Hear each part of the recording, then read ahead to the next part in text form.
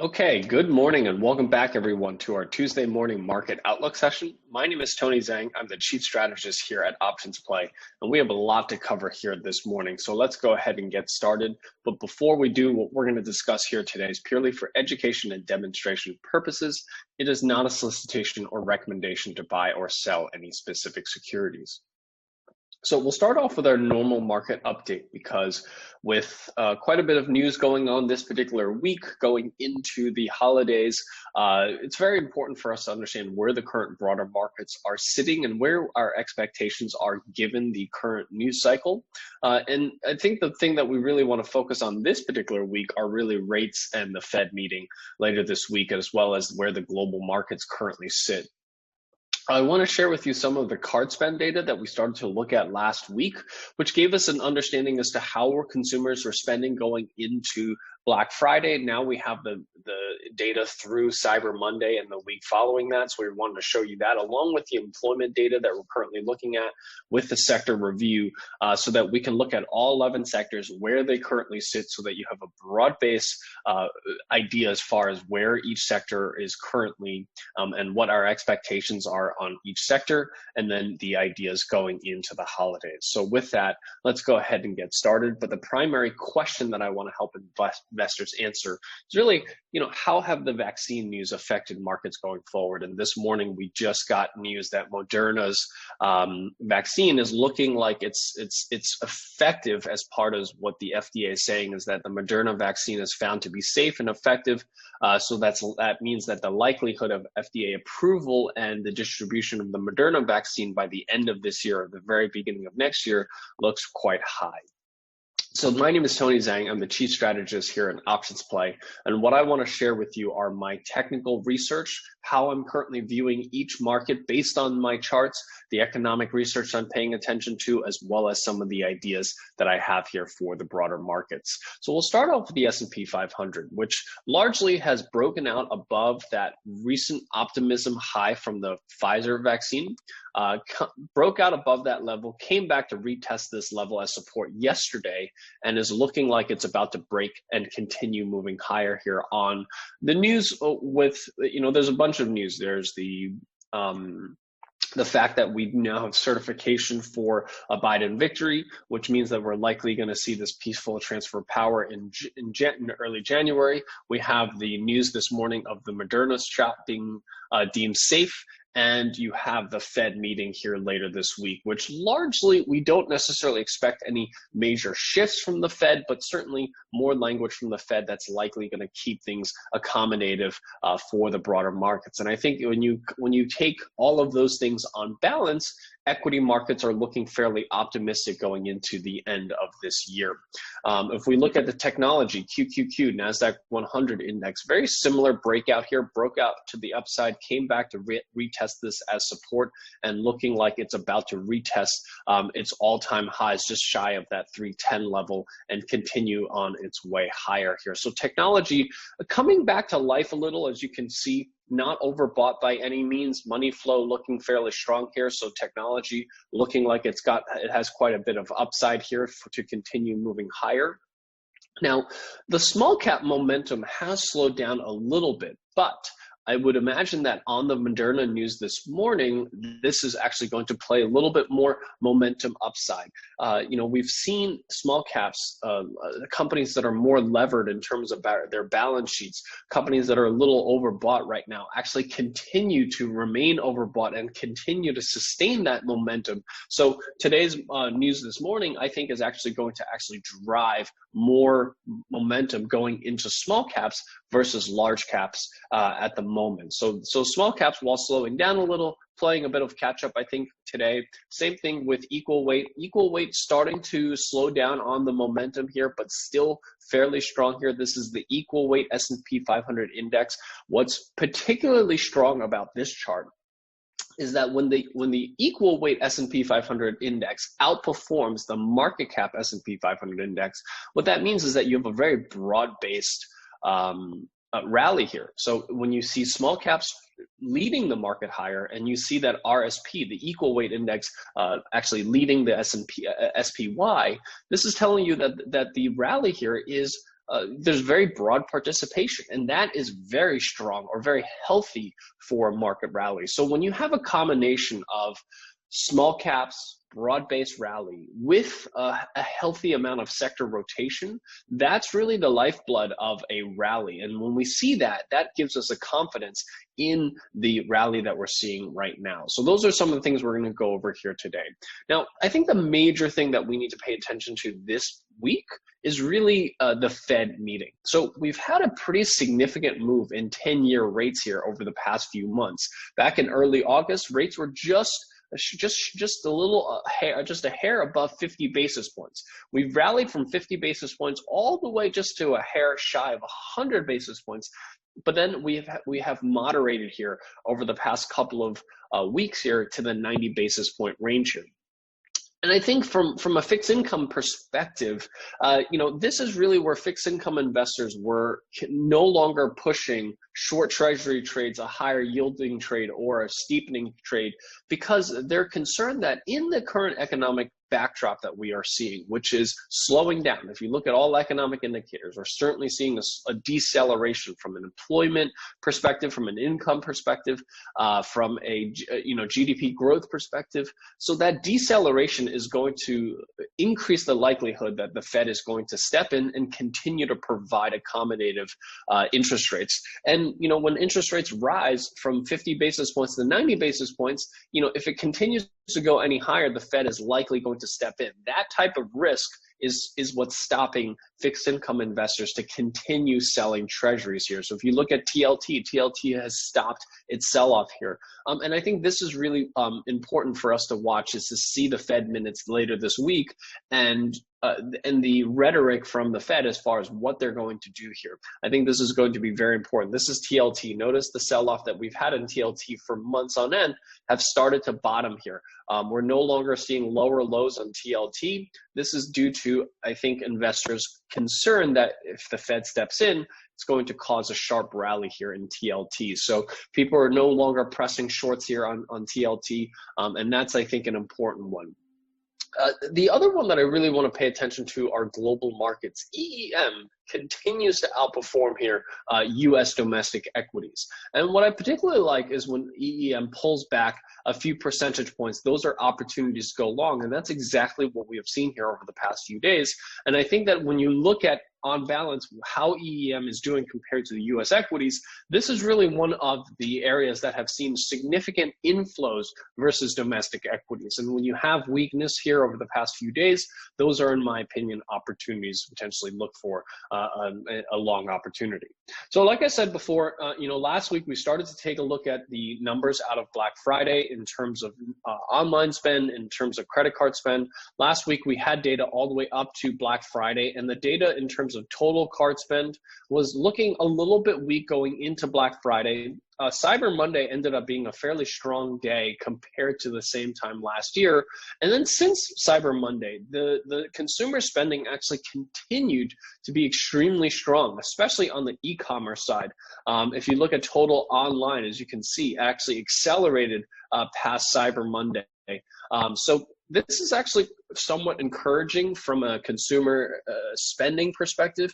There were, continued declines in terms of entertainment spending, travel spending, transit spending, gas spending.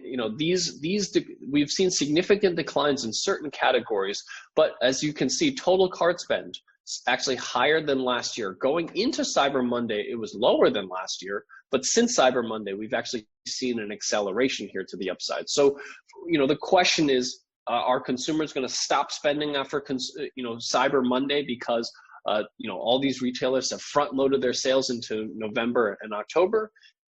Early data currently shows that that's not actually happening, that consumers are actually continuing to spend. And this is probably due to a combination of the fact that there are movements on the stimulus bill. Right now we still don't have a set date here, but I think that right now we're pretty confident in terms of the size. It'll probably be somewhere between $700 and $900 billion in terms of the next stimulus bill.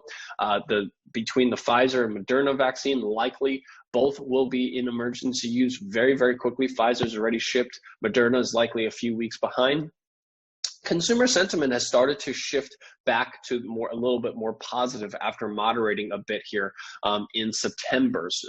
That was due to the rising number of COVID cases. We've seen a deceleration in terms of the new COVID cases, and then when you have the Pfizer and Moderna vaccine coming out, this is, I think, what's driving some of the consumer sentiment levels to rise again. And the one thing that I think may come to a surprise to some investors still is the fact that if you look at the total U.S. personal income over the past few months, it still remains positive compared to the same time last year. We've seen a deceleration, certainly, which makes sense. But compare that to what we saw during the global financial crisis, which it remained below normal levels for many, many months, almost a year and a half. Here, throughout the entire COVID-19 recession, personal income levels have actually remained above pre-COVID levels. And this is mostly due to stimulus. This is due to efficiencies and productivity. This is due to supplemental unemployment insurance that the federal government has provided. So when you combine those things with the actual income levels that people are receiving from working, the net has actually been positive, and that's what's driving some of the spend that we're seeing in consumer spending right now. The question is how long will this last? Is the additional stimulus going to continue to provide this type of additional income levels here? And what is and the other question is really what is the net effect of this on the U.S. balance sheets after, to provide this? That is, some longer term goals, but longer term problems, but short term income levels actually continuing to be strong. So for investors asking, how can equity markets be this strong? How can consumers continue to spend like this? It's due to the fact that income levels are actually higher than they were prior to COVID-19. So when we look at, the sectors, this is really where we want to do a full sector review of all the sectors here. We'll start with materials. Materials are recently breaking out above the $67 level here, forming a bit of a base here so far. It hasn't broken out higher here, but materials, one of the stronger sectors of the broader markets, losing a little bit of momentum here because as equity markets are pushing towards new all-time highs, materials are no longer pushing to new all-time highs here. It is forming a base. This is one that I would watch very closely, the $70 level here. If materials breaks below the $70 level, then we would start to say that materials is starting to underperform the broader markets. But when we look at the economic recovery, we typically see materials and industrials lead the markets higher because as especially emerging markets, start to get back online, and some of the emerging markets are actually looking substantially stronger than the U.S. markets. The need for building materials, the need for chemicals to rebuild are fairly strong. So in both materials and industrials, right now, base forming right now above their recent highs, above the $67 level here on materials. The pullback here below the 21-day moving average, from my perspective, is fairly constructive here for a continuation higher. But if you do get a significant break below the $70 level, this could start to see some underperformance here for materials.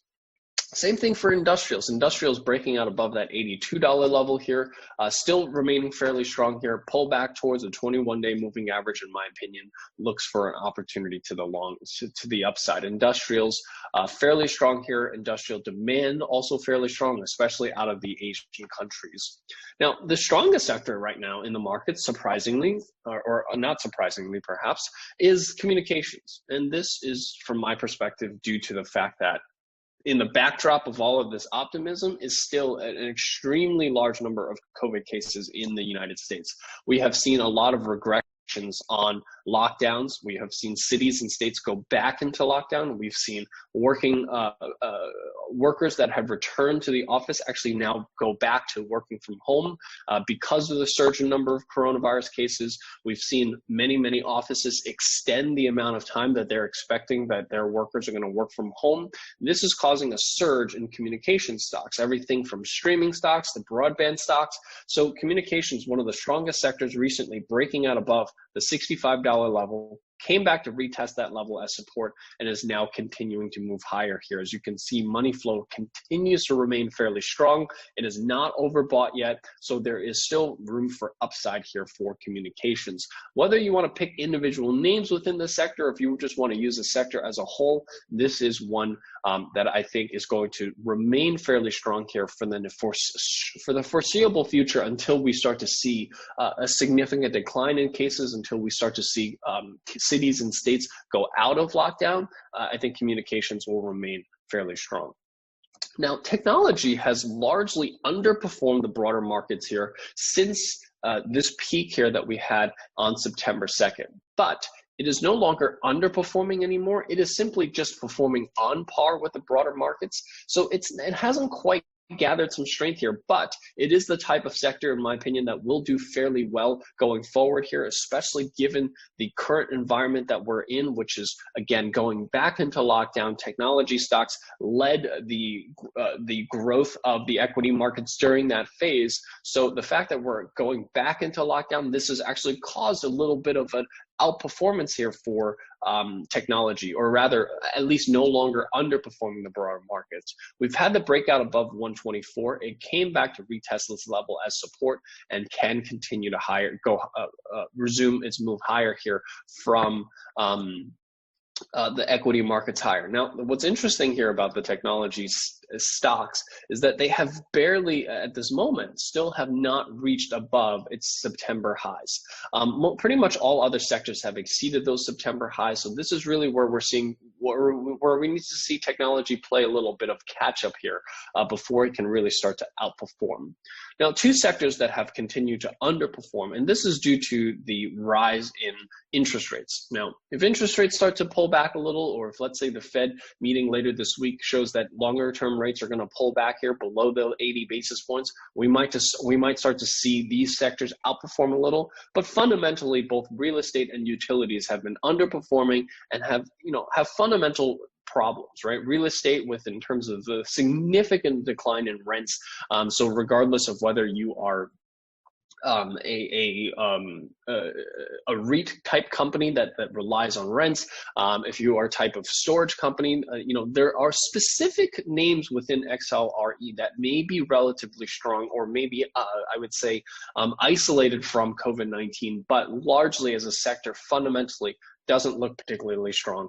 This sector has been range bound during a time when equity markets have basically been marching straight on higher. So when that happens, what you have is a market that's range bound, but that actually means that it's underperforming the broader markets by a significant gap here. So, the fact that this continues to be in this range, from my perspective, leads me to believe that it's likely going to continue to underperform and trade towards the bottom of that range here. So we have that for both real estate and utilities. The utilities is a little stronger here. What's interesting about utilities is that it does have some renewable energies names in here that have been driving some of the growth here in utilities. Now, the utilities currently is at a major support level here around 62 XLU. I'd be watching this level here and see if we have a break below 62 or if it can bounce higher from the 62. Now, if interest rates come back lower here, this is really where utilities could find this support here at 62 and at least trade in a more range-bound fashion between 62 and maybe 65 here to the upside. But in a lowering interest rate environment, these are sectors that may see a little bit of a bump, but largely they are large underperformers of the broader markets. When we look at consumer discretionary, this is a sector that has also started to underperform and has actually been underperforming for multiple months here. And the other thing I want to show you is this divergence that we're starting to see in momentum on consumer discretionary. This, I think, speaks to just a little bit of the fact that consumer discretionary went very far, very fast, and is slowing down a little, consolidating a little before it can continue to move higher. As we were showing you before, consumer spending remains resilient. So I don't necessarily believe that we're going to get any type of a major pullback, but certainly a small pullback into the 147, 150 level is possible into this kind of range-bound motion.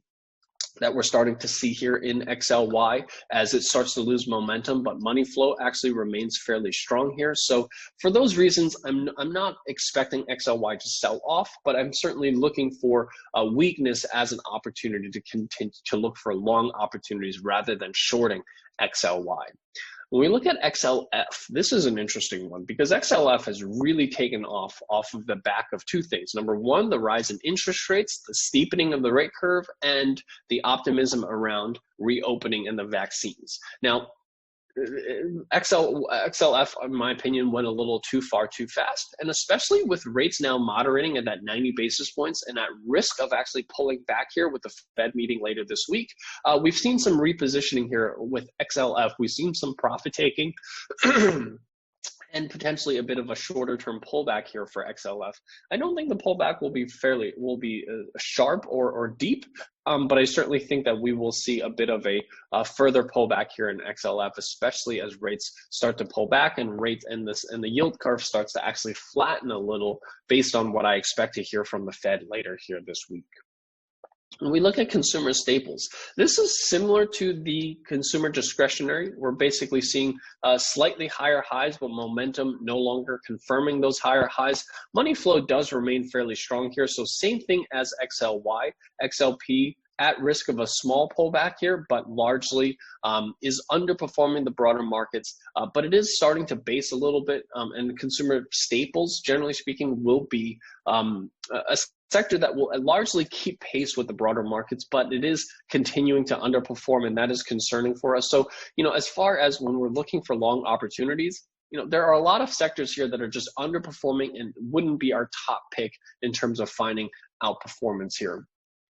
Lastly, with XLV, which is healthcare, we see the same thing that we're seeing with consumer staples, consumer discretionary, is that while it continues to slowly march higher here, it's continuing to underperform the broader markets, meaning the broader markets are up, moving, let's say, 5% higher. These sectors are moving up 3 to 4% higher. They're just underperforming the broader markets. And money flow remains just barely strong here on XLV here. So this is not a particularly strong sector. We've got a double top here around 113. You've got some support here around 109. This is the sector that might be more range bound rather than continuing to keep up with the broader markets as it continues to move higher here. So a lot of sectors actually are underperforming the broader markets. And this is not particularly I would say surprising, because as equity markets continue to move higher from here, it's less and less likely that you're going to see as such a broad participation to continue, that you're likely going to see a few dominant sectors like technology, like this consumer discretionary, materials and industrials that is more likely to drive this growth that we're going to see here over the next few months, rather than broad-based rally across all the sectors. And I think you're going to see a bit of a slowdown from the consumer discretionary and staples sector as consumers maybe start to pull back some of their spending. And then you see sectors like financials maybe come back to life a little bit.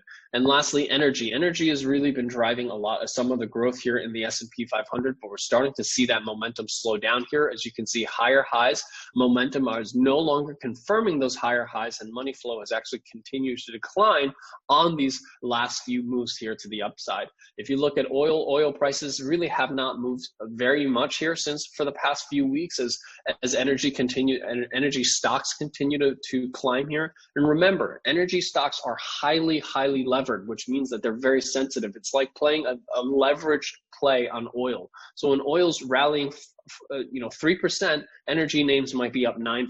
When energy's down 3%, energy names might be down 9%. So this is really where you're going to start to see some wild swings here in XLE. This is one that I would be careful on in terms of continuing to push for long positions here in XLE because of this negative divergence that we're starting to see emerge here for energy. OPEC just came out with their estimates in terms of fuel demand. They're expecting fuel demand to continue to slow down here over the next few years. That is a concern that I have with continuing to invest in these specific energy names. So with that, what I wanted to share with you are a few ideas before we sign off here for today. When we look at the shape of this recovery, there are some bright spots within the recovery play. One of those is within the travel industry, and the travel industry is pretty broad. We're seeing some significant moves to the upside here for travel. Airline stocks, hotel stocks, cruise stocks, all of them are right now one of the leading segments of the market. But hotel operators, specifically gaming operators, MGM, Wynn, Macau, all of these that have exposure to Macau and the general Asian countries with respect to gaming are doing fairly well. Specifically hotels. Also, hotels out of the travel industry are one of the segments within travel that is actually recovering faster than, let's say, airlines and cruise ships. So hotels, MGM at the intersection of both gaming and hotels, from my perspective, one of the stronger plays here within travel. We've had a recent pullback here, potential opportunity for a long position here for MGM. Another one that I want to point us to is ICE. You might not all be familiar with this, but ICE stands for Intercontinental Exchange. This is the exchange group that owns the New York Stock Exchange and owns a lot of different, they own the CME, they own a lot of different exchanges around the world. As trading volumes continue to explode around the world, this is really one of the stocks that will benefit from that. And it's really interesting to see a breakout here, a pullback to the support level, and a potential opportunity to look for a long position. Money flow remains extremely strong. We've got a pullback here from that overbought territory, and potential opportunity for continuation higher here on the back of record trading volumes we're seeing across the globe. And lastly, I want to take a look at housing, which has largely underperformed here over the past few weeks as technology and consumer discretionary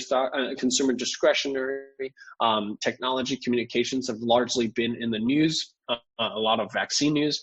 Housing kind of went to the back burner here, but the one thing I want to remind investors is that housing remains extremely strong. If you look at mortgage originations, if you look at home sales, inventory levels at all-time lows, this is one segment of the market that remains extremely resilient. And when you have a stock that is the largest home builder here in the United States start to lag behind, this is, in my opinion, potential catch-up trade here. And Lennar reports earnings later this week, a potential opportunity to look for another position here for housing stocks as we go back into lockdowns, as if we look at the home surveys data, continuing to see very strong data from people who are working from home and anticipate they're going to be working from home for even a longer extended period than when the survey came out back here. I think the last time it came out was August or September. So home builders, I think, will continue to be strong here for the next few months. So with that covers what I wanted to share with you here today. I hope that this was helpful in giving you a better understanding as to where we currently sit in the broader markets and what opportunities that we see. So with that, I believe this is my last session here before the holidays. So I just want to wish everyone a happy holidays. I hope everyone stays safe, and I will see you guys here in the new year for our next market outlook session in January. Thank you so much. I hope you guys have a great trading day, and I'll see you guys here in the new year.